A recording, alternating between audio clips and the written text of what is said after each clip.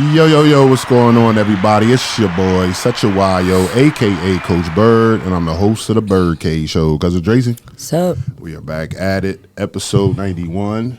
You know what I'm saying? How your weekend going so far? Busy. Well, you are.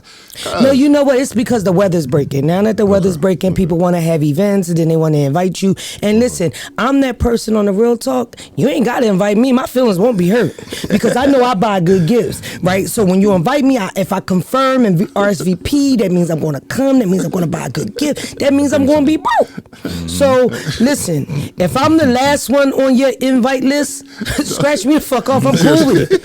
I'm cool with that shit. Trust me, I do not get offended. Yo, did you go to such and such a thing? I wasn't invited. For real? Yup, but I'm okay with it. Now, hey, man, listen. We bring people through the cage. Yes, you know what I'm yes, we do. I don't know if y'all see this trophy down here in front of me. You know what I'm saying? That's just the beginning of it. You know what I'm saying? We ain't talking about the state chip as well, you know what I'm saying? But if you don't know, and we know his father well, you know what I'm saying? Shouts out to Pee Wee, you know what I'm saying? And if you don't know who's sitting on the couch in the cage today, I'm gonna tell you, my brother, you know what I'm saying? One of my good friends, my man Lynell Payne is with us in the cage today. Say what's up to the people. Wait, hold up. We know his dad. Yeah. Raleigh is your father? Yeah. Oh my God, I remember you was a kid. For real, everybody say that. That's the first because thing everybody I lived on 2442 Patton. They lived on MacArthur. Oh my God, Jesus. Yeah. Oh my bad. Yeah. I didn't know. I really didn't know. Or maybe I didn't pay attention. I'm so sorry. Yeah. A lot of people know my dad. Yeah, go ahead. Well, we all really grew up together. Yeah. And we graduated from high school together. Yeah, you did not know that? Maybe I did. I'm not too sure. I don't know. She missed that. A lot of people will say that. Then they'll look at me and be like, "Oh, you look just like him." Okay, yeah, that is your dad. Oh my goodness. Yeah, yo. All right, so now I'm sorry. Sorry about that.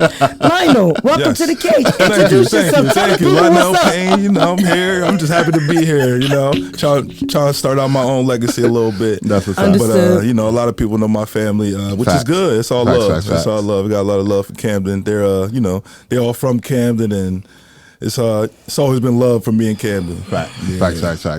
So let's get right into it. Let's tell the people a little bit about your the beginning of your journey. You know what I'm saying? Because hey man, my guy. When did you play at Cherokee basketball? I and played football. I've never played football too, but from 2005 to 2007, I played. Okay. And during those years, we won the chip in football, in the sectional in basketball. I played with the great Clarence Jackson, who was actually the Cherokee leading scorer. Yep. You went to Cleveland State? He went to Siena. Siena. That's what it was. So I got the opportunity to play with a D1 player. You know what I mean? Who's doing his thing now, training the kids out in Marlton. Okay. So he's doing his thing out there. That's what's up. Because I remember that's when I first got to Pensauken in 2003, and I was a JV coach, and I remember playing you guys. Okay, because Pensauken, they was in the Olympic at that time. Yeah, and I was coaching with Coach Dunn. Coach Dunn was the head coach. And, I remember when we had to play Cherokee Cuz, and we had the game plan with Clarence and this joker. We had to figure out like, all right, what are we gonna do to slow them two jokers down? Yeah, and basketball wasn't even his main sport. Exactly, exactly. But that's what's up. And then you went on to, after you left. Well, before, I know a lot of people don't know, but I actually grew up in Camden, Centerville, Branch Village, which looks a lot different now. Oh, yeah. I was like townhouses now. Yes. It's like, different. That Aunt Donna, continue to sleep in peace. And don't look like Aunt Donna's crib over there no more. No. Yeah. Same people, though. Same people, though. Yeah, facts. Yeah. My mom had me, she was 16. She was young. Okay. She was a sophomore. So, she was being a young parent, and we were still living in Camden. But after she kind of graduated and moved on, she moved us way down Route 70, all the way to Marlton. Okay. And I was fighting her tooth and nail to get back because, I went to Marlton Middle out there, lived in Marlton. And I was really good in basketball, so I started getting recruited. This is when Leap Academy had Marco. Okay, and he was like king recruiter. Marcos. Yeah. I had like Roman Catholic coming down, St. Joe's Prep. Okay. Everybody wanted me to come to their school, and my cousin Samaj, was at Woodrow Wilson with my aunt, who was a senior at the time, who they had the best girls team probably to this day in Wilson history. And I ended up going there my freshman year. That was who was on that squad? That was that under Dyer or was that under Dyer? Yeah, Dyer. That was Tyer's spot. Okay. Fuchs was on that squad. Yep. Ray was Devon. Joy. Was Joy was on there? Joy was gone. Joy was later. Okay. That team was Devon, Taylor, Tish, who's a coach now. Okay. Yeah, her. Yeah, Tish. Yeah, they were good. Gotcha. They were real good. But yeah, so like I said, my freshman year, I tried to go there. Cherokee came and snatched me up. Like, hold on, your mom live out here. Your brother still go. Oh yeah, come back. So I had to go back out there, which was not a bad move. But I feel like that kind of was bringing me away from basketball because I was really good and talented, but Cherokee and out there, that's football heaven. So I started getting into that, and which led into scholarship offers. So then I'm just like, well, maybe I just need to change sports a little bit. And I ended up accepting an offer to go to Cincinnati, University of Cincinnati. Went there, had some success, played with the great Travis Kelce and Jason Kelce, Connor Barwin. We had a lot of NFL players. My freshman year, we played in the Orange Bowl in Miami. Sophomore year, we played in the Sugar Bowl against Tim Tebow, his last college game. So yeah, that was it was kind of a lot of fun going through that process and stuff. Now let me ask you this: Do you still talk to the Kelces? I do. Actually, his the Kelce dad came to the game when we played Penns Grove. Wow. He pulled up because I posted something on Facebook. And he said, "Oh, where's the game, man?" I responded, not thinking nothing, because I'm thinking, he out there. Before the game, he was like, "Yo, what's up?" I'm like, "Oh, okay, he came through. Okay, that's what's up." Yeah. It was nice. It was nice to see him. Yeah, he definitely pulled up for me. That's what's up. Yeah, that's definitely what's up. Before we even get into this, just let our younger viewers know, like, the hard work that you had to put in just to be in position to be offered a D1 scholarship. You know what I'm saying? Man, I had to sacrifice early. It was my mom, we going here for vacation. It was just like, my coach straight up told me, like, there's no vacations. Like, it's no, and I take that with me to this day where if you want to be great, if you want to get to where you want to get to, you almost gotta be corny. Like a lot of these kids want to be cool, but you gotta be the corny dude. What, I'm a chill today, or I'm not gonna go here, I'm not gonna go party, I'm not gonna indulge in this or whatever it is. You know what I mean? So that's one thing I learned early, because first of all, we moved out the city way to Marlton. So that in itself was a sacrifice, and I saw what my mom was doing. And I kind of just always internalized that. Was just like, something for the greater good. It's all gonna work out. It's all gonna work out. And I just kind of kept that mantra forever. That's How about academically? So academically, I didn't.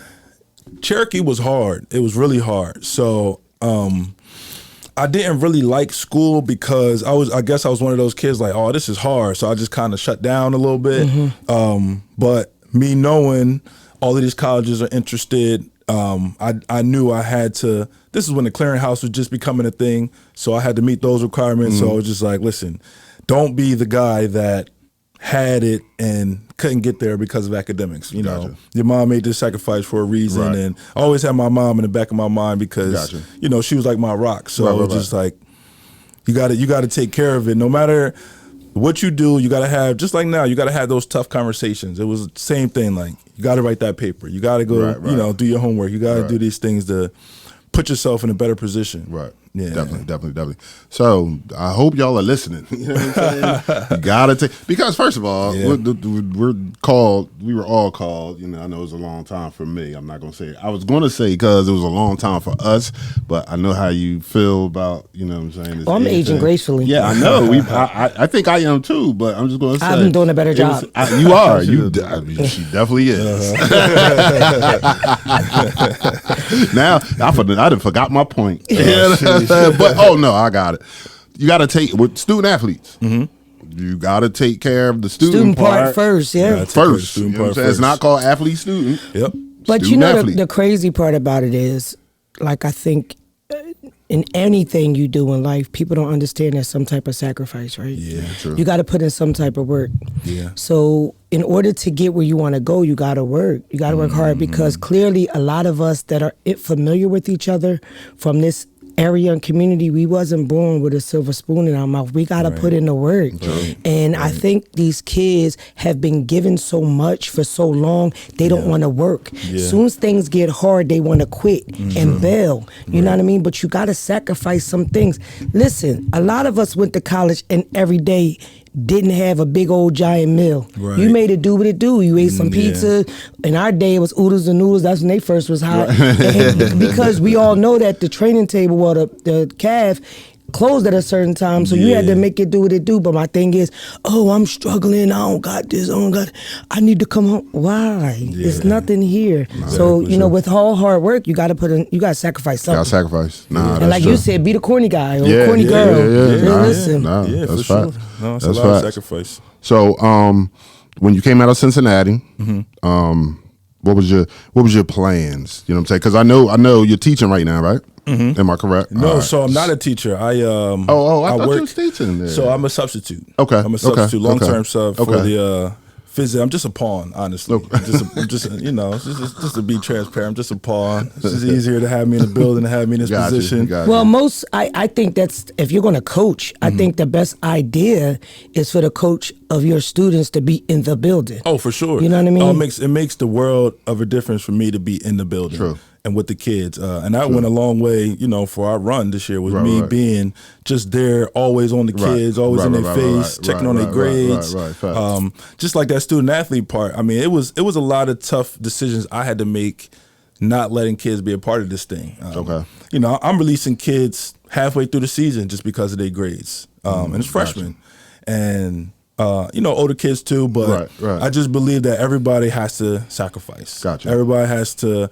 Winning comes at a cost. If you want something good, it's all going to come at a cost. And a lot of kids, like we were saying, they resort to shutting down when it gets too hard, or they get used to things being a certain way to where they just resort to, I guess, timid or sensitivity. I had a conversation with a parent this year where. I'm such a tough coach, and it's all for the greater good. But I'm so tough, and a lot of times I may overlook, and I do not believe in babying anyone at any time. And the parent told me, like, you got to realize you're dealing with a lot of 2-parent household kids, right? So I'm like, okay, well, what does that mean? Right. They'll play like, all right, mommy's saying no, I'm gonna go to daddy, and I might get, or vice versa. Right. To me, they don't have that option. Like, it's just what I say, and you just gotta fall in. It just is what it is. So that was just, just another battle I fought this year, and just trying to weather through that storm a little bit. But that's an oxymoron for any parent that says that idiotic shit.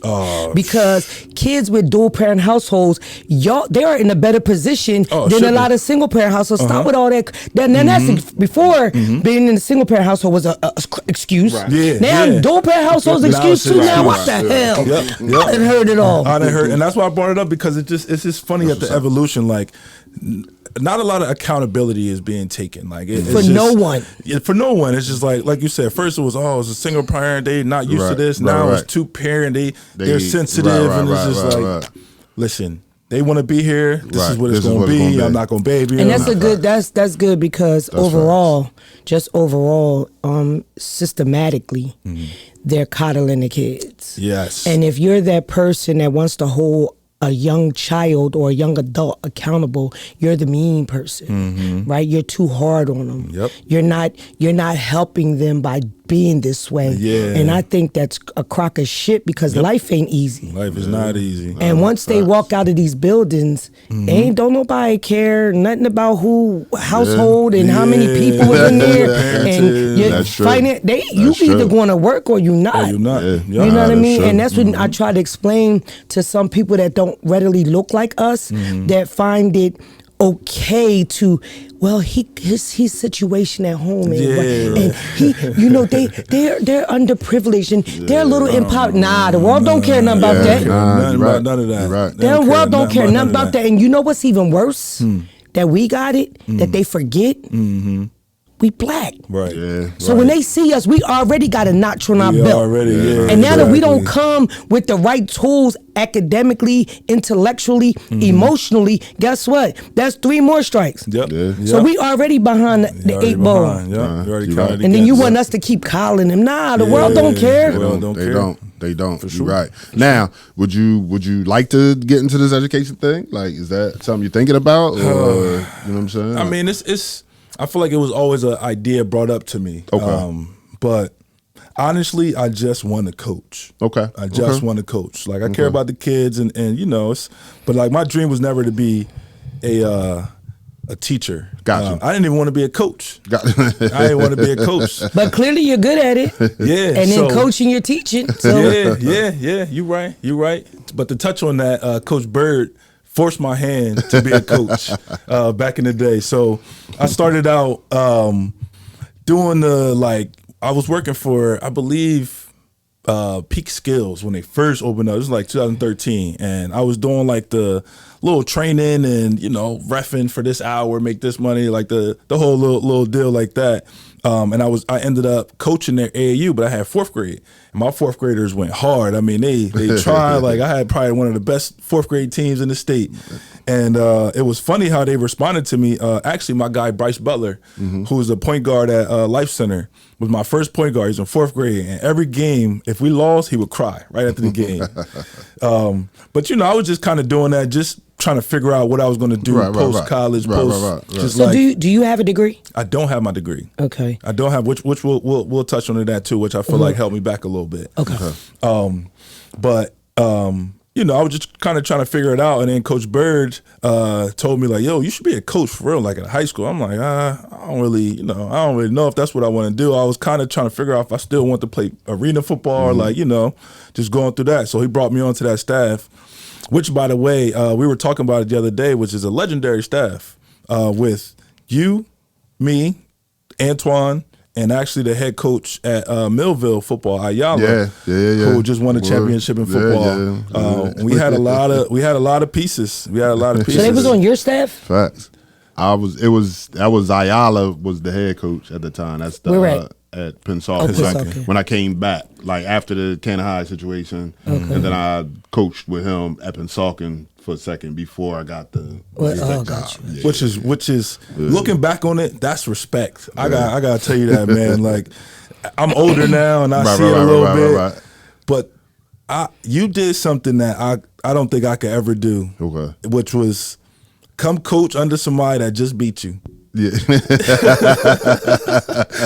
You know, that Canada High Wilson game when I think the ball like rolled around the rim or something like that. Yeah. That's the No, we won. Oh, y'all won. We won. Okay. That's when we went to. That's when we. That was the second. That was my second year at Cannon High. Okay. And JT missed the layup. The ball rolled around. Got you. We won. And then we made it to Rutgers that year. That was my last year at the High. We lost at Rutgers by like 3, the northeast side or whatever. But shouts out to Ayala. But Ayala is the only one that and shouts out to my man Carcillo, who we had on the show, who's the head basketball coach at Pensacola now. But since I've been at West Tech and playing Pensacola, I'm like 15-1. Oh, okay. And Ayala gave me that loss though. When he was the head coach at Pensacola after I got the West Tech job, you know what I'm saying? But you know what I mean? Shouts out to him because he ain't had to bring me on that staff. Bring you on, you know what I'm saying? I seen it, man. Like looking back, just every day, I worked with you that year, so it's just like I seen you like, man, this some bullshit. Yeah, like, exactly. You know what I mean? Exactly. Because I know I'm a head coach. I'm not supposed to be here as an assistant right now. Matter of fact, and I'm just going to put it out. Hey, man, we talking. This is the BYRDCAGE. We're going to talk. I was supposed to get the job. I was supposed to get the Pensacola job again, and they gave it to Ayala. So I was a little, you know what I'm saying, but, I wasn't coaching. And and he that shit'll humble your ass, won't it? Oh, I was very humbled. I was like, I had to take from the whole debacle that came out. From that.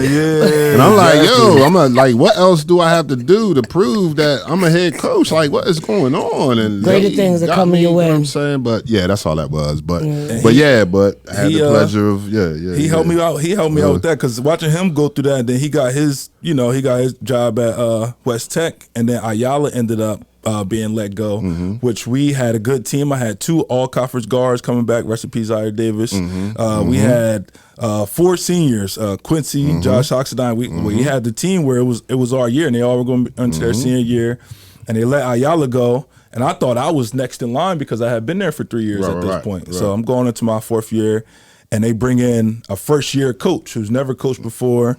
Great basketball player, but just never coached before. And I think he just wasn't ready for that role. He wasn't, and that's my guy. Coaching. That's my guy. Al Fisher. We can say names here. You know what I'm saying? Yeah. He just wasn't ready to be a head coach. Right. At that point. At that time. He's a great trainer, and he just wasn't ready. He was thrown into the fire a little bit, and I took it personal that whole year. I would take my JV team, and we would beat them every day in practice. Every day we'll try to beat them to the point they was trying to fight us. And I'm like, listen, we just a JV team, right. But that's how kind of approached it, and just kind of moved on from there. Throughout it, I went to Williamstown, and I've been to so many districts, and I never wanted to get comfortable. Pennsauken, like she said, should have humbled you. It humbled me to just don't get comfortable because people are going to do what's best for them at the end of the day. So you got to do what's best for you. Right. So I just kept, going to this school. Oh, you coach football here and basketball there? I don't have what I want yet. I don't have, I'm not a head coach. I don't run this thing. So, I'm going through this, going to interviews, and guys telling me, oh, you're down to the last 2, and we're going to go with this guy who's a hometown guy, and I don't have my degree. So a lot of that was like, they're looking like, we don't have your degree, so that means you're not going to be a teacher. Right. We don't know. We're going to go with him. Even though he may not be a better coach, it just may look good on paper. So I fell victim to that a lot. Fast forward to it, I was ready to stop coaching. And my superintendent now, Andrew Bell, who it was his first year going into Woodbury, he told me, like, all right, I can't just go in there shifting all these pieces around. It's my first year, but you come in and coach the middle school team, and, something, we'll see what the future holds. And I'm like, middle school? Right. Hell no. Like, man, I appreciate it, but I'm cool. Like it. I was faced with what? This is maybe what I need to take this step back. So when I stepped in as the middle school coach, I approached it like I was coaching at Duke. Gotcha. I had these boys right. We were undefeated that year. Beat everybody by 40. I think it was emails coming after every game. Like, you think when y'all up, you could pull the press off, or can you not score 100 on us? And it was. I dealt with a lot of that, and I just did it all to prove a point. Like, I should not be here. There's no reason I should be a middle school coach, and if I'm gonna be here, then this is what you're gonna deal with. This is what you're gonna deal with. That's what's up. So, how long have you been the head coach at the high school now? At the high school, I've been there for 3 years. This is the 3rd year. This is my 3rd year. So my first year as a head coach was COVID year, which was probably the greatest thing ever because it was no fans. Got you. It was nothing. It was just us. So, and that was my first year as a head coach, so I didn't have to deal with nothing but coaching and a refs. And that was it. You know what I'm saying? But beside that, no pressure for real. We had a winning year. The next year, which was last year, we went 9-19. And that was the year where I'm like, we putting everybody on our schedule. We're going to play y'all. We're going to play West Tech. We're going to play Cherokee, Kingsway. We're playing everybody. Gotcha. And, we kind of went through that ringer a little bit. I believe we should have been 9-19 last year based off of just who we were. And, just moved on. So what work did you have to do all season to increase the momentum going into this year to get you guys where you ended up at? So that's a great question because I honestly I tried to do all the right things, right? I tried to put us in the summer league. We played at Doane. I would only get like 4, maybe 5 guys coming who three of them don't even play for me anymore, right? So that was my whole summer. Then we're going down to showcases. We went to the showcase in Atlantic City, stayed there for a week, played in some games. Like I was trying to do all the right things, but I didn't have, so Woodbury, we're small. So the athletes play everything. A lot of my basketball team plays football. So they decided to, focus on football in the summer. So I kind of lost out. And instead of me pushing back and resisting and going to say like, oh, this can't be, like football need to share with us. I just kind of was for the betterment of the kids and like the program as a whole, like the whole culture. So I understood, and I don't hold it against the coach, whatever. He stood his ground. He said the players are expected to be here for this or whatever. Right. And, you know, I just kind of let it be what it was because I knew I'm a football guy too. So I know what he was trying to establish. Right. So it's the same, like if I don't make it a big deal, then the kids won't make it a big deal. Gotcha. You know what I mean? But, you know, just in the off season, it was more so I just wanted to keep them mentally ready. So I was just supportive of them. I went to every football game. I was on the sideline.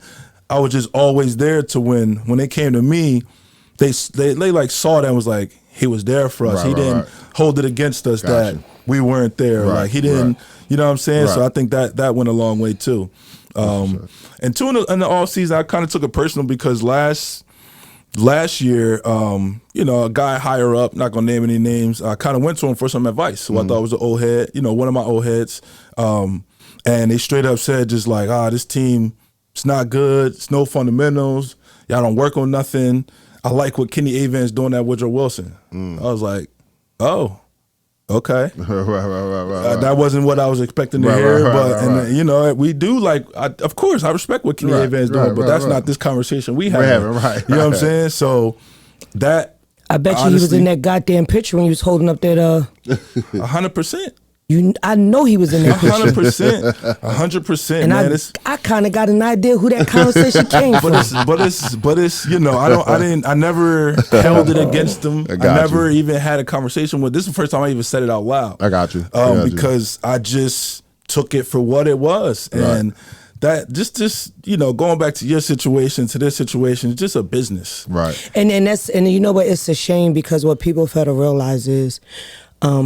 They use these kids. Yep. It starts in high school. Yep. They use them, and it's a business, right? And I've seen so many kids on the floor of several teams, and guess where they are right now? Not nobody's school. Not nowhere. And trying to scrape and scrounge. And me and one of my boys is running around trying to get them looks or trying to help them figure out JUCOs and other things. But we don't even coach. Like I don't even coach on that level. But y'all used them for 4 years and then left them out in the street. And then always say, that was his fault. Yeah. He the one wasn't going to class. That was his. You the coach. Yeah, you the coach. And it's crazy. And like I try to explain to these young boys, and these young girls, it starts young. They use y'all. Yep. So the crazy part about it is we all know everybody's in this world to be used. We get it. But you got to take advantage of stuff when you can. You understand what I'm saying? No, for sure. So my thing is when you're in these programs, like Woodbury's up right now, right?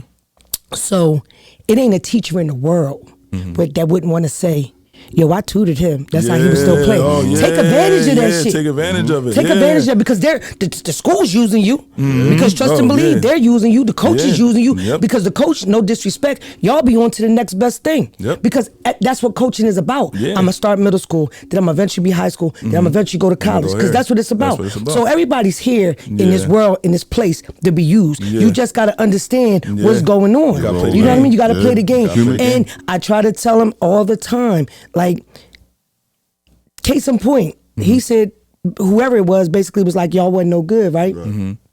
Till y'all was. Till we was. Y'all wasn't till y'all was. Same thing with Wilson. Them kids was told that they was second class, they was garbage. Going over there to Wilson, you're trash, go to Wilson. Till they was. You know what I mean? And that's just how it is. And it's just so sad because in the process of all of this, the kids are losing. Kids are losing. And nobody sees that. The kids are losing. I watch kids that I know was 3-star, 4-star recruits.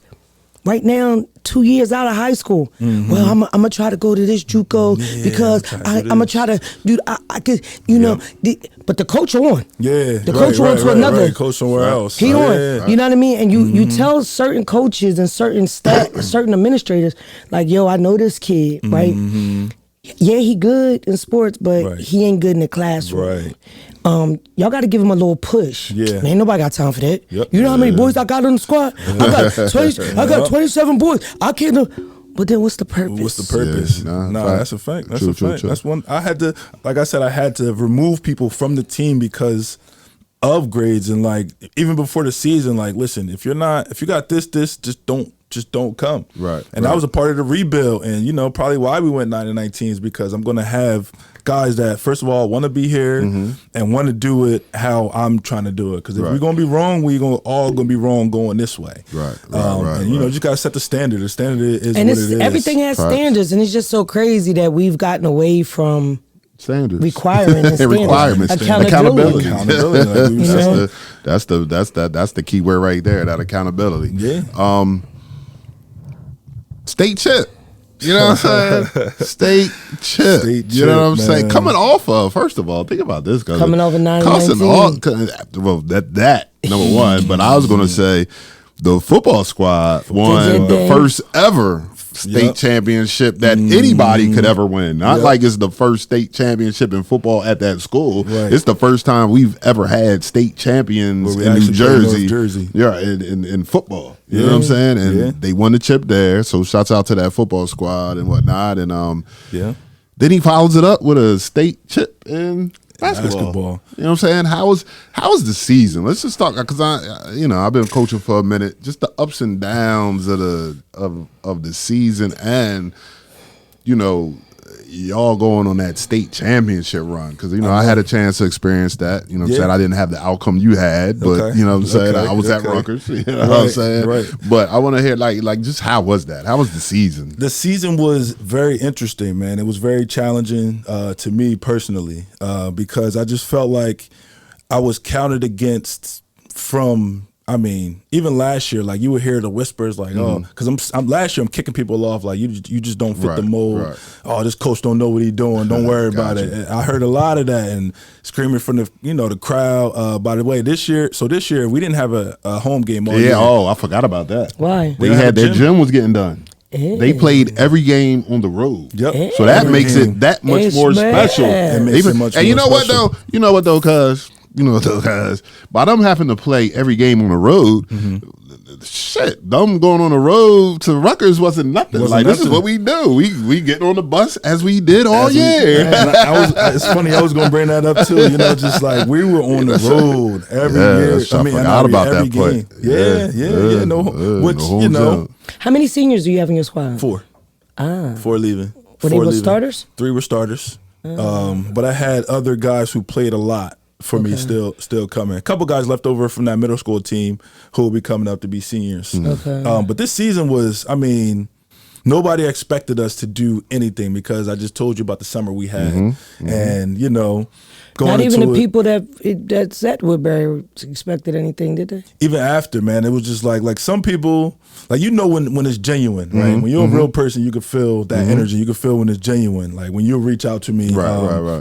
Like we felt that. Even my mom said it. Like my mom would be the first one to be like, I don't like that. Right. I don't like him. Or like, see, look at this. He's genuine. Right. You know what I'm saying? Like the Cherry Hill East AD, Mike Burrell, my guy, reached out to me. Real heartfelt. Like he sent me an article, and there was like a lot behind it. Whereas the son was just like, congrats. Right.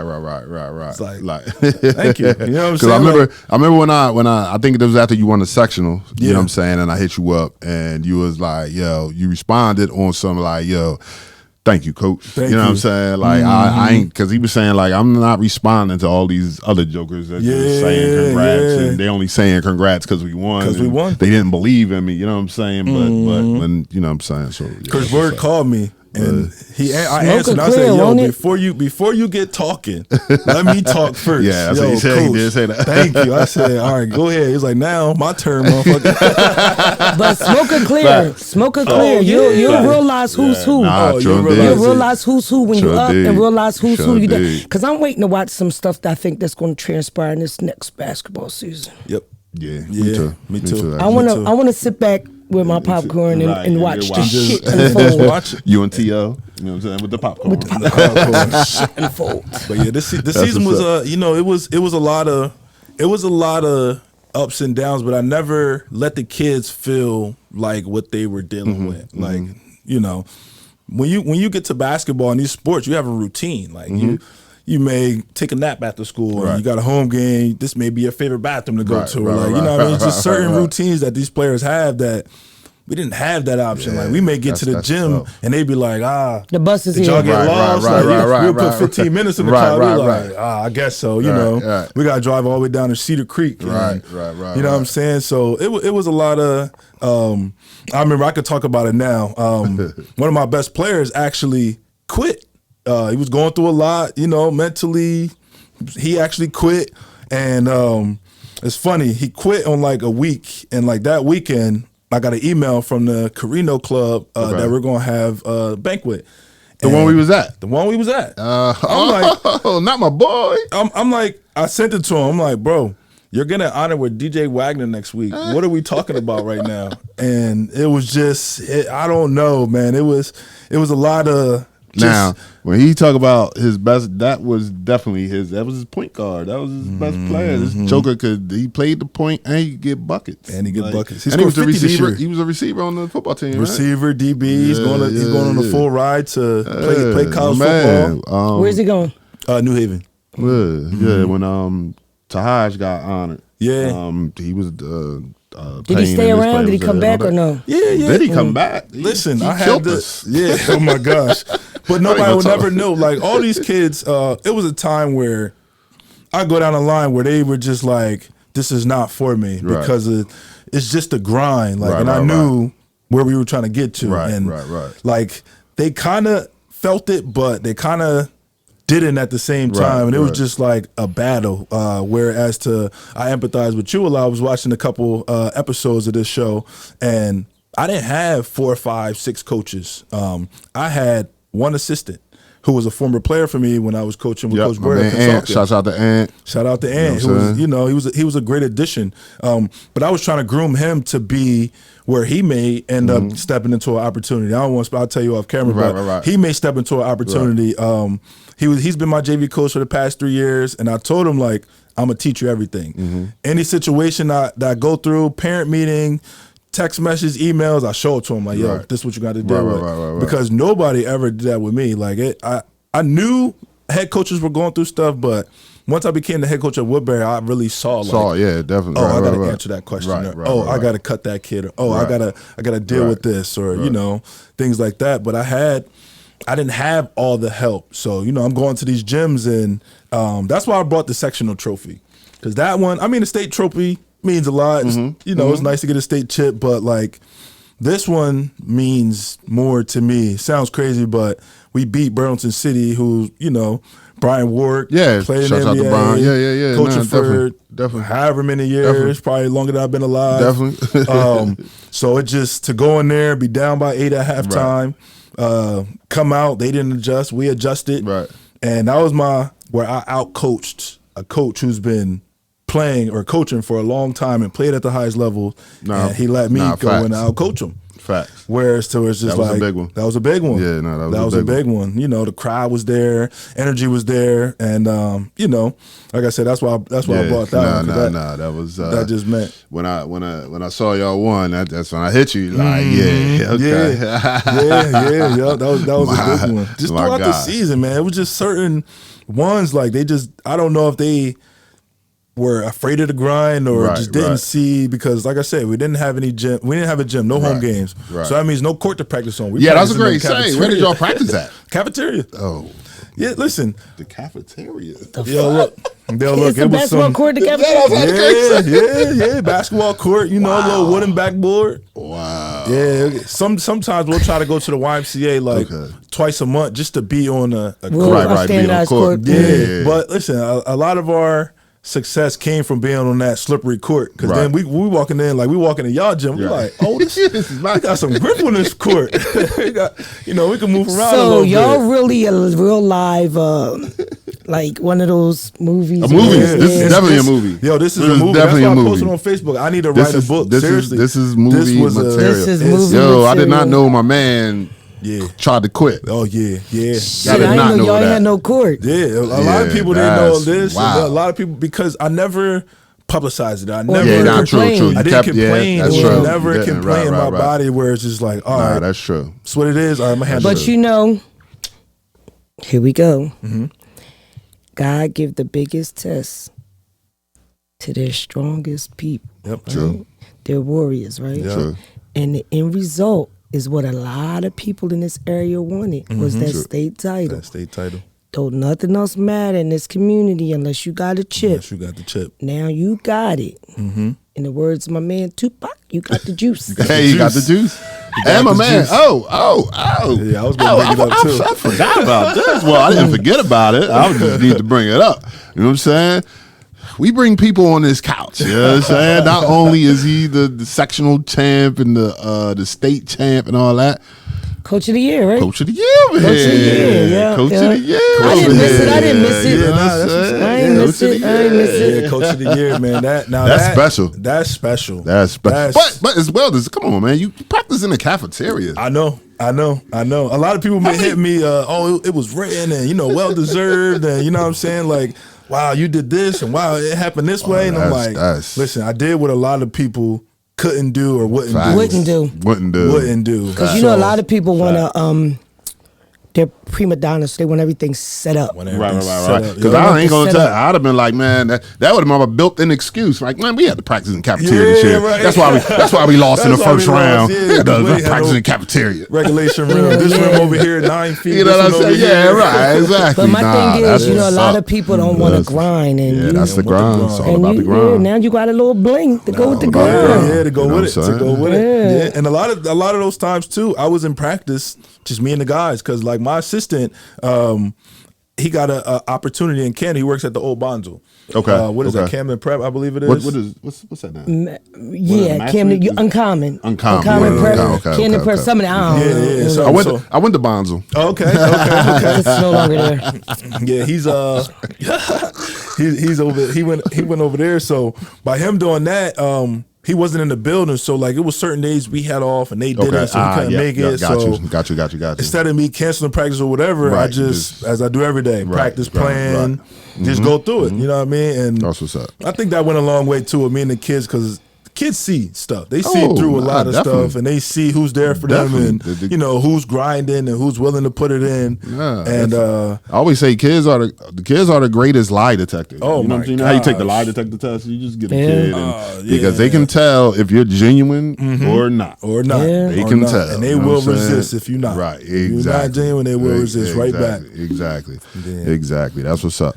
Let me ask you this. You know what I'm saying? Because I like the coaches that we bring on, you know what I mean, especially the high school coaches, this little fraternity that we're in. Okay. You know what I'm saying? Yeah. What's your feelings on the whole AAU situation? You know what I'm saying? So for me, I feel like, so my whole philosophy is defense, right? Because defense is what's going to get you to play in college. Right. I told all my guys that you can score, I can name you 5 guys, 20 guys right now that average 20. Right. That doesn't mean you're going to play. Right. So AAU, there's no real defense, team defense being taught or being even, you go to these tournaments and it's like one-on-ones or, no help side, blow by. So I don't think AAU I think it's just playground and, it's good for the kids because the coaches see something and they go out to these tournaments and recruit them. So for that aspect, I'm all for the kids getting on however they get on. But stuff like that, as far as me and AAU, I don't like AAU.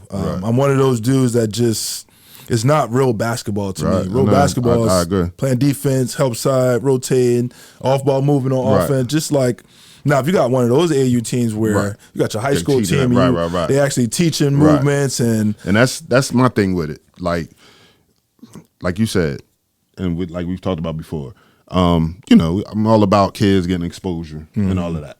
But at the same time, like we gotta have some fundamentals being taught. Yeah. And my problem is like with the elites, you know what I'm saying, the Nike circuit, the Under Armour circuit, all that. Them kids is good. They can play. They special. They talented. They God-given talent on that level.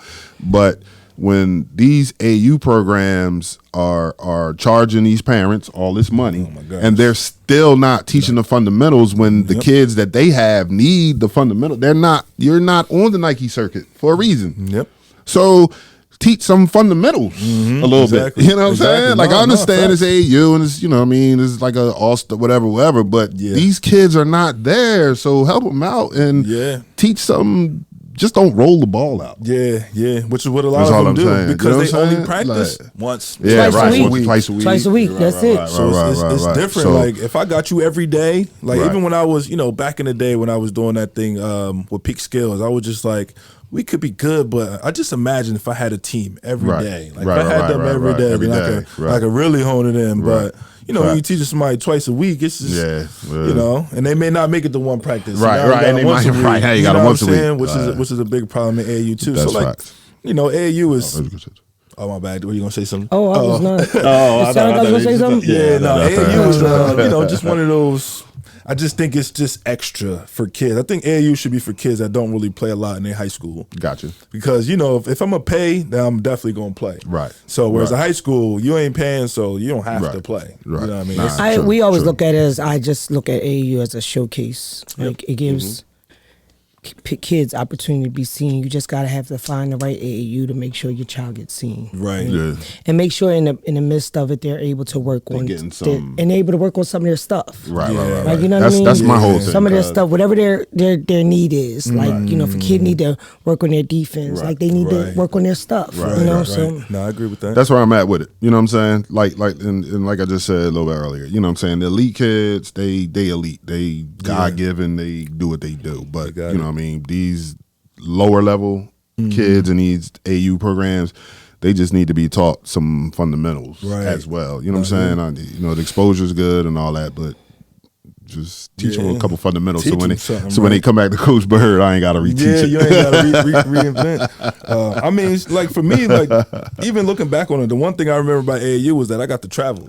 Not that. Right. This Not dude that, taught right. me how to do this and this. Like, we went to Memphis. We're I here, went to right, Vegas. right. I went to Florida. Facts, we did this. facts. So I think that's the good part for AAU for these kids who may not leave their city and get a chance to get on the airplane, camaraderie, and go out there. So that's good. But as far as like for the game of basketball, it's the same with football. Like these competitive 7-on-7 tournaments. somebody just had a big ooh. Oh yeah, 7-on-7. I saw a post about it and I wanted to comment on Today, it. yes. And I wanted to say we need to bring him on the Birdcage, but About student I'll athletes. call him. I'll call him. And we talking about 7-on-7? 707, he was like, basically in a nutshell, not the verbatim, he basically said you have kids that are playing in 7-on-7 but are not academically able to accept scholarships after all of this is said and done because they're not having, nobody's making them accountable for their schoolwork. Gotcha.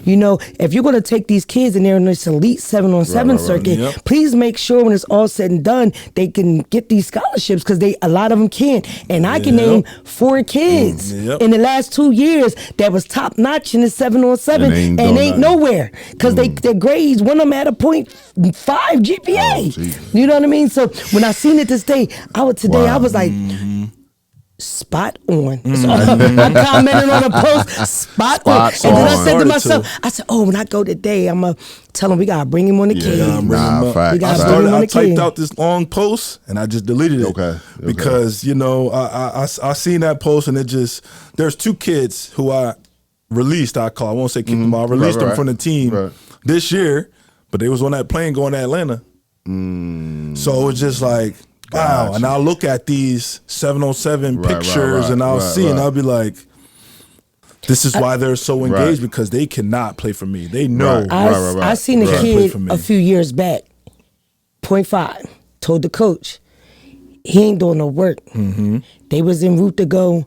I was like, don't let him in that van. Right. He let him in. Oh, I seen the picture. Of course. I said, y'all ain't doing him no good. No good. As long as they win. And 7-on-7 is not football. It's not football. It's not football. It's not football. It's not football. Like you don't play football season. You not in shorts and t-shirts playing 7-on-7. Right. It's just, hey man, it's different. Listen, But it's what that's a whole nother show we can do. The disclaimer that I always put out on the Birdcage, I don't know what I'm talking about. I don't know nothing. I never had no athletes. Never sent nobody to college. None of that. I know nothing. And we're not married. And yeah, I know nothing. We're cousins. We're not married. Hell yeah, we're cousins. We're we not got married. that. Somebody thought we was married. Oh, like, is sheesh. that's his wife? But listen though, if you could have this type of relationship with your wife, it would be amazing. Yes, it would be. I agree. Like this whole I concur. bantra and this. That's my new word. I concur. That's like we're dandy. Yeah. Oh yeah, messed him up with the dandy right Dandy. there. I watched But that somebody too. commented on the post. She does use it Yeah, all I did the see time. that. I did see that. I Okay. did see that. So, bro, before we wrap this thing up, man, what's your future plans? Like, what are you thinking? That's a great question, man. I'm just playing the hand that's dealt. Mm-hmm. Playing the hand that's dealt. It's kind of been something I just adopted, especially after this year. I believe this year was a year where a turning point in my career has happened. Just like when I took that step back to be the middle school coach, I felt like, okay, going on all these interviews here, now is your opportunity, I guess you should say, to be a coach. But now that my goal into this year, I was like, I just want to get 20 wins so I could establish something. Okay. I just want to get 20 wins. With those 20 wins came, we went on that little run we went on to where, I'm still battling. I didn't touch on this earlier, but a kid on my team actually walked off the court in the middle of the game, so I had to battle that. Oh. Yeah, in the middle of the game because of I saw a couple episodes y'all talked about mental health.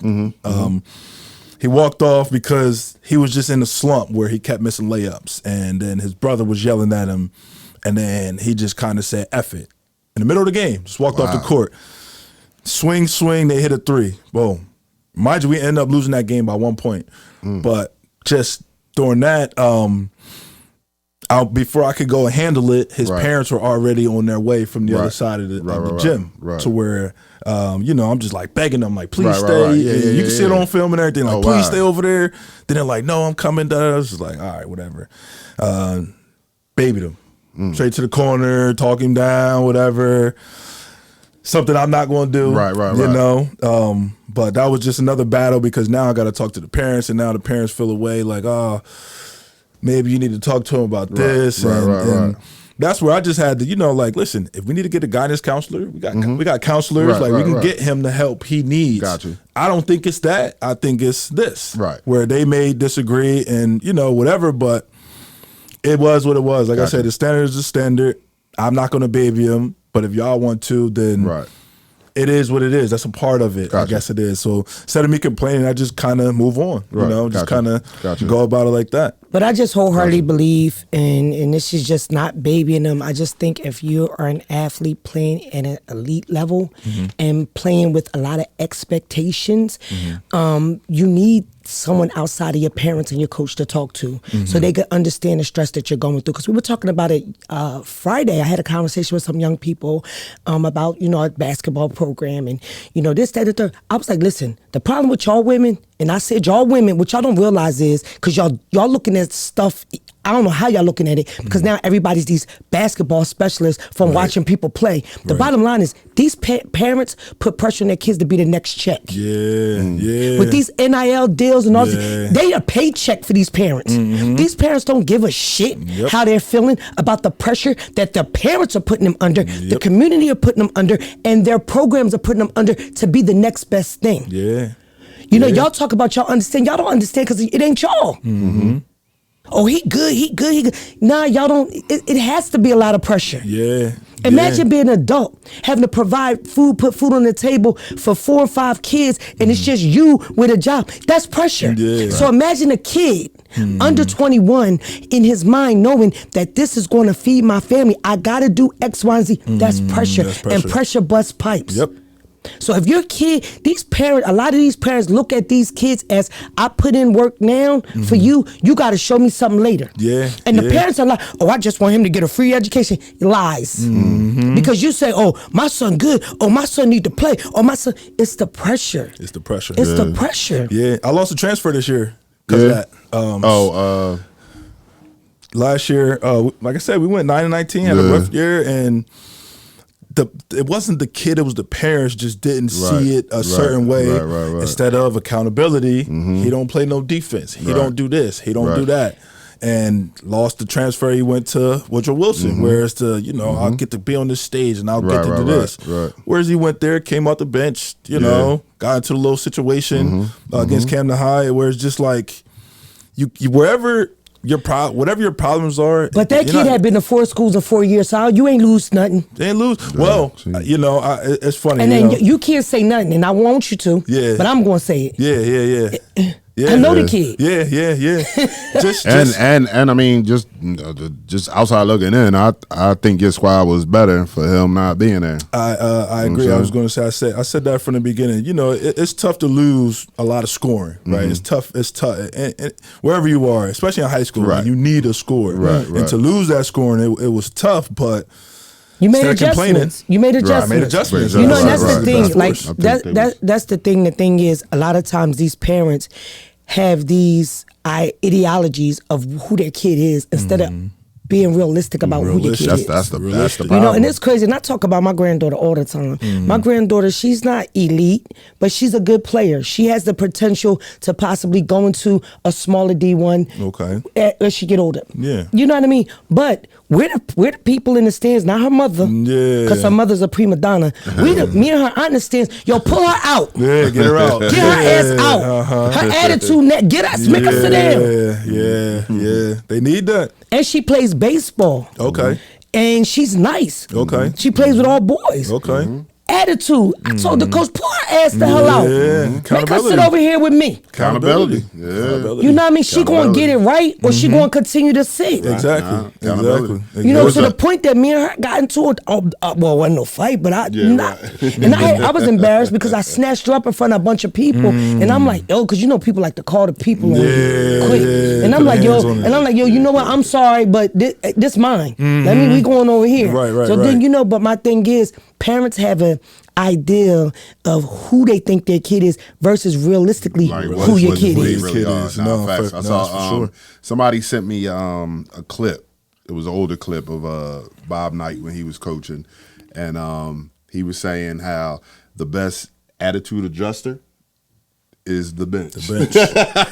So like you said, pull her out the game, sit her down. Yeah, when you sitting down watching the game, and and then not only that, if you a real team player and your team is struggling because your monkey ass is on the bench, you're going to learn something because now your team lost. That's your fault because your attitude jacked up. That's facts. And you got a bunch of parents that don't understand that. They don't. Nah. My best player this year, Jabron, his sophomore year, he started as a freshman. I wasn't there, and I my first year was his sophomore year, and he thought he was the guy and he could do this, whatever. I put him on the bench. Right.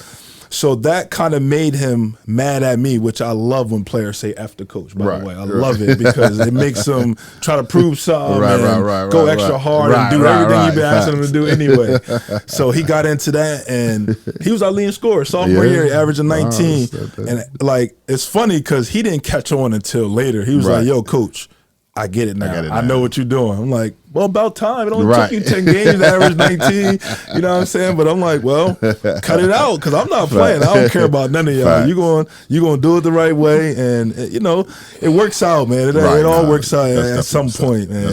Now let me ask you this: would you, if colleges come and knock in, things like that, do you see that in your future, or any aspirations to take it to the next level? So, like I said, me not having my degree has always held me back. Okay. I believe in my coaching career. So me not having my degree now, my hands are kind of behind my back with trying to move forward as far as being a college coach, because I know you need that degree to be a coach.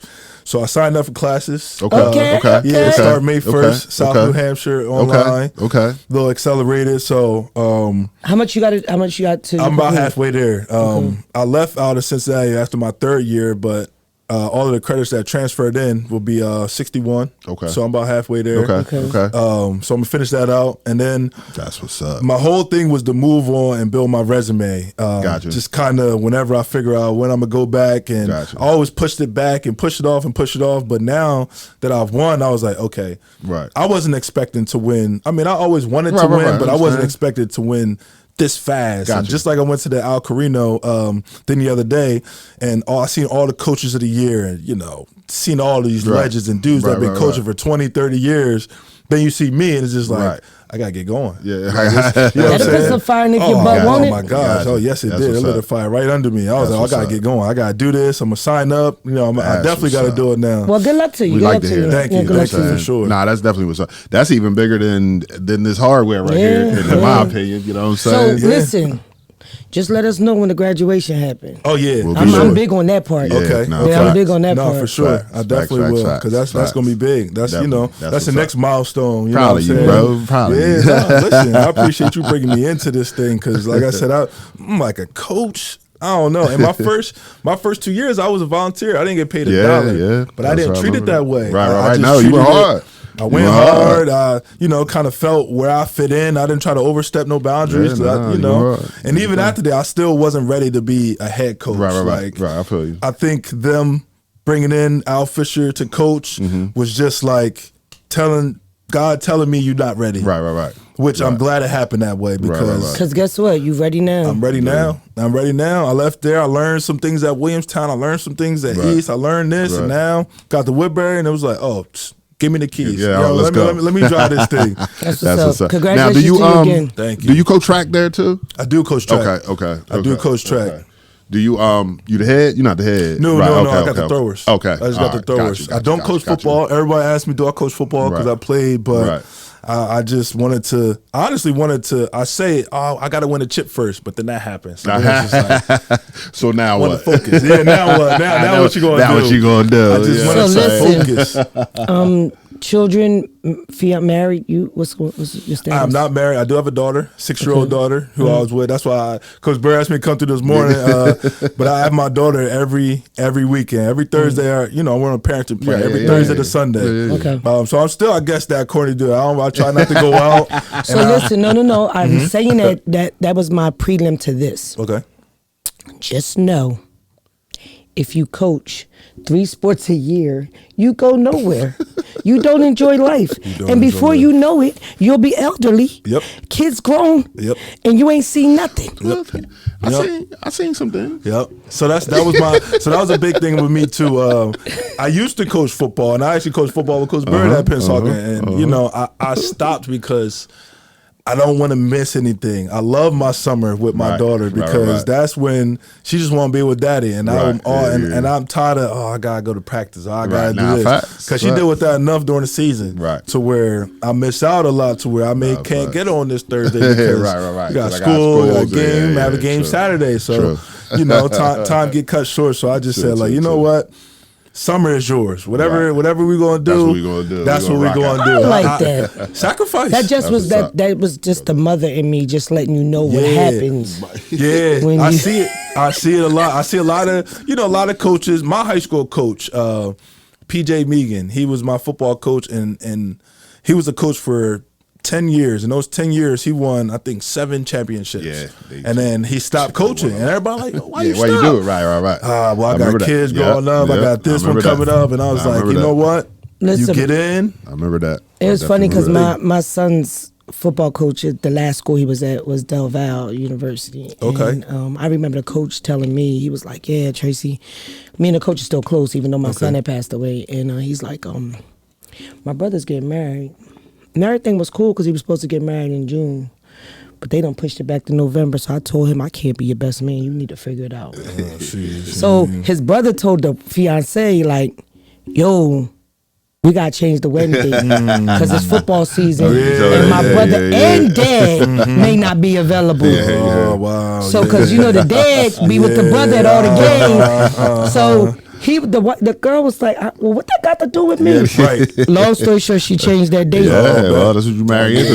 Oh, shout out to he was at the thing the outside. Remember we did remote at your crib? The block party. He was there, right? Yep, he brought the kids because I've been on the kids since they was born. I met him there. Yep. Coach Duke Greco, Coach Greco. Yeah, he still comes around the family. His kids, I'm watching them grow up. Yeah. It's been 10 years since my son been gone, but me and Coach still got that. Yeah, we still got that relationship. And a lot of people like, yo, don't you got to connect up there? Yeah, but I ain't put my name on there. Because you get up there and don't work. Because they, even though they D3, they win the MEAC title. They're the conference conference, wherever they entitled, like every year. Like my son got 3 rings from there, so they really like competitive. Yeah. You know what I mean? So my thing is, he ain't taking no shorts, and y'all can't go up there half-ass in the sandbagging and talking about Miss Trey. Ain't happening. Put you on. Ain't happening. You know what I'm You saying? ain't one of mine. Ain't happening.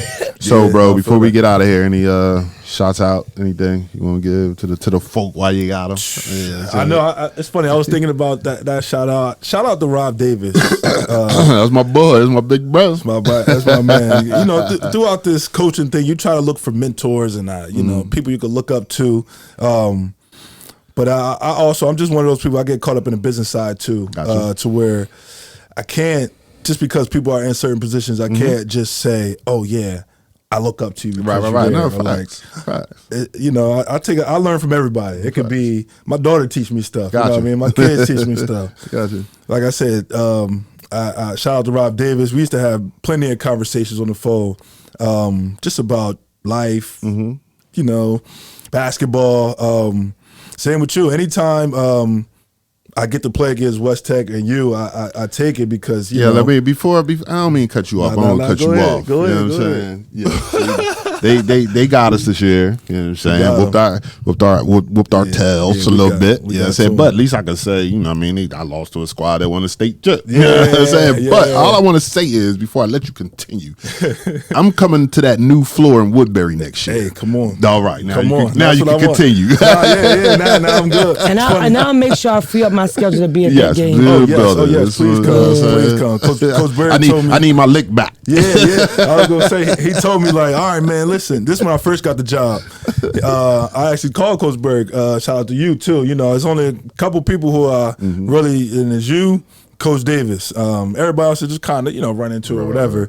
But Coach Berg told me, we want to play y'all. I know you got the job and all, but we're gonna play y'all. But when you win, I don't want to hear nothing. You can't talk no shit. You can't say nothing. But if I win, I'm talking shit. That was the rules. You know, I'm the elder. That's the elder. I get said. Like if you win, you can't say nothing. But if I win, I'm gonna let you have it. You're gonna let me have it. Yeah. So this year we actually we got him, man. We went in there. I think we got up 18-0. 18-0. Yeah, It was just we fought back though. We fought back. We made it a game, but definitely made it a game. They we couldn't handle the press for some reason. I couldn't understand that. Like we practiced against the press all day, every day. All day, every day. The kids they put the press on it, and we just maybe it was the way they was executing the press. Yeah, well, that's definitely what it was. Yeah. So that's one thing. One thing I try to do is I keep teams off balance. Yeah, definitely. And you know, teams think we're just gonna press, but like. I may be in a 2-3 and may not even be a 2-3. You switching everything up. Switch it up. I treated every game because every game was on the road. So every game to me was a playoff game. Gotcha. I didn't want to lose at all. Right. No game this year. We approached every game like, all right, we're going to run this, and this, and this. And like as if this is the second round of the playoffs. We're going to throw junk defenses and just everything. Just every game. We're gonna throw something else. But yeah, you know, not to go off on that, but yeah, shout out to you, shout out to you know Rob Davis, my guys, man, and just moving forward, I'm looking for just the right fit, you know, just the right fit. People who are genuine, people who are telling me things and making it happen. You know what I'm saying? I'm all for being genuine because that's what I am. That's what I am for the kids. True. That's what I am around the school because I am in the building every day. I'm not a teacher, but there's a phys ed teacher who resigned, and I kind of took over for her, and I've been in there since day one. Every day that's my gym class. You know what I mean? So you know, I'm just a part of the business. The business aspect. I really internalized that to not take things personal because if I take it personal, I'll be real disappointed. Which will only be a direct effect on the kids. So as long as I don't make it personal or just take it for what it is and, you know, reach out to my people who I know are genuine and let them tell me what it is, then, you know, we just kind of move about it that way. That's what's up.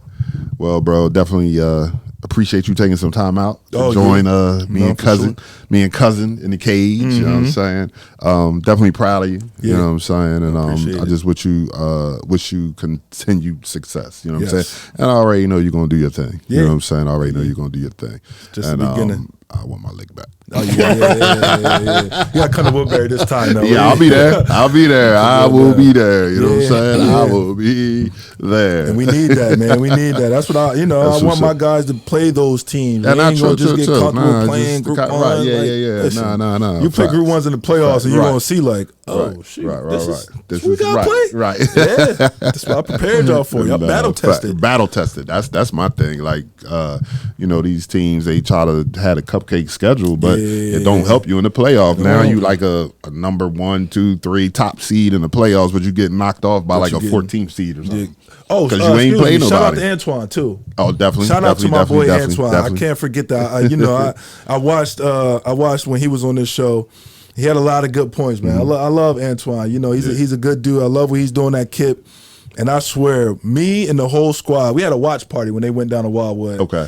And I swear, we wanted them to win that game so bad. Yeah, I think they was up. They was quarter, up, right? They was up. It was kind of back and forth, and they just kind of showed their youth a little bit. Right. Which is, and he got the whole squad back. He got the whole squad back. They which all is coming when back. you go down to the number 1 seed, take that 2-hour drive down to Wildwood, and you almost beat them. It's just like they had a couple good wins this year, and I know their schedule was short, but they won the games that they in our conference next year too. They won't be in my division. I mean, we're gonna play them again, but they're in the BCSL next year. Yeah. That's what. He built that thing up to where it is now, and Kip's actually competitive. Yeah, very. Teams are a direct reflection of their coach, man. When you see these things, it's people wonder, it's like, oh, how they got this dude and this dude, but they didn't. It's just like, well, how much film did they watch? How much do the players care? How much, what are they doing? Like mentally, the mental aspect is a big part of it. That's definitely true. He's doing a fantastic job over there. Definitely fantastic. I'm happy for him. Yeah. Nah, because this is what he wanted. Yeah, you know what I'm saying. This is what I tried to give him, some tools in his toolbox to help him be ready for this moment. And that's what you do, man. You find these good coaches. I don't know where you find these coaches at, Coach Bird, but you find them and put them in, give them the juice. Man, it's just as much as y'all as it is me, man. I'm just able to read people well, and if I feel as though this is worth me pouring what little bit I have to pour in, I'm going to pour in, and then y'all just take it and y'all run with it, and y'all are making me proud. So keep doing your thing, bro. For sure. You know what I'm saying? Cousin Tracy, I love you. There is no Birdcage show without Cousin Tracy. You know what I'm saying? I appreciate you putting up with me and you know what I'm saying, showing up and the change of times and everything else. You're a great sport. So, I definitely appreciate you. You know what I'm saying? Got to give a shout out to my man once again. You know what I'm saying? Great job this season. You know what I'm saying? Great job this season. Baseball season for us opens up Monday, our first game. We had 3 scrimmages. We went 2-1. So the real deal starts. I just want to run. Body of the real deal starts tomorrow. We're at Cinnaminton. You know what I'm saying? So we'll see how that happens. Yeah, and what happens with that. You know what I'm saying? Hopefully, baseball, Pennsauken, right? Yeah. Yep. Hopefully we get some baseball weather. Yeah. Well, this week's supposed to be good. Yeah, that's how I saw that. Yeah. I did see that. You know what I'm saying? Shouts out to not even shouts out, but the bowling, got to shout that out again. Lando will. I'll make sure the the info is up. But bowling, what's that? April. Is it this week or the following week? I know it's coming in April. The bowling. I don't know no dates. Yes, all right. I don't know dates or names. It'll be up there. I gotta look at my calendar. Like, I need to do this. Yeah. It will definitely be up there. You know what I'm saying? So, man, just thank you for those that watch. You know what I'm saying? I mean, cause like sometimes I'm like, are we making a difference? Are we making an impact? Like, what are we doing this for? Like, outside of, we love to do it, you know what I'm saying? But when I get those text messages and DMs and things like that, like, great show and ideas and such wants to get on and things like that, it's like, All right, we doing something. doing We doing a something. little something. Yeah, You know what I'm saying? Don't forget the merch is there. You know what I'm saying? If you go on my IG page, you'll see the merch, and I'll make sure that's up as well. And we got the hoodies rocking right now. T-shirts is on its way because it's almost T-shirt season. So get at me. You know what I'm saying? If you need some of that BYRDCAGE merchandise, you know what I'm saying? So I'm going to close this out by saying this. Those that follow me on Instagram and Facebook, I put up a post yesterday, and I'm going to just reiterate my post only because I think it needs to be known. I realized when I was having a conversation with myself that when you're on this journey of life, God will remove people, places, and things that you thought was important or valuable to you, because when he gets you where he wants you to be, they may not be the people he needed around you for the win, for his big moment, right?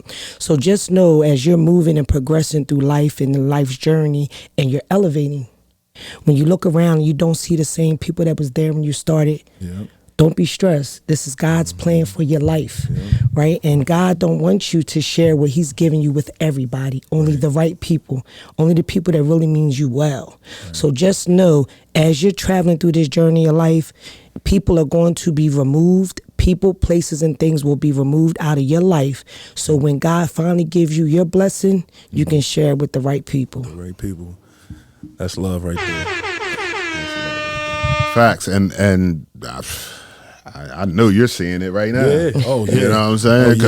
Because winning will make people come out the woodworks, you know what I'm saying, that don't need to be there and all that. So I already know you're seeing who was there and who's, like you said, who's genuine and who's not. I already know you see that. Success will do that, you know what I'm saying? For sure. That message she just said spoke to me, because like you said, I see it, you know, I'm like, oh, okay. Exactly. It's all good. Exactly. Yeah, You take know a what I'm picture. saying? Yeah, Right. my guy, and Right, all this, but yeah, you know. you know what I'm saying? You know. That's definitely what's up, you know what I'm saying? Well, cuz, what's that? Episode 91? In the books. Episode 91 in the books. You know what I'm saying? This is the lovely cousin Tracy. You know what I'm saying? For my man Lynell over here, Coach Payne. You know what I'm saying? And once again, I'm Sechuayo, a.k.a. Coach Bird. I'm the host of the BYRDCAGE Show, and we'll talk to you soon. It was a stone groove, my man.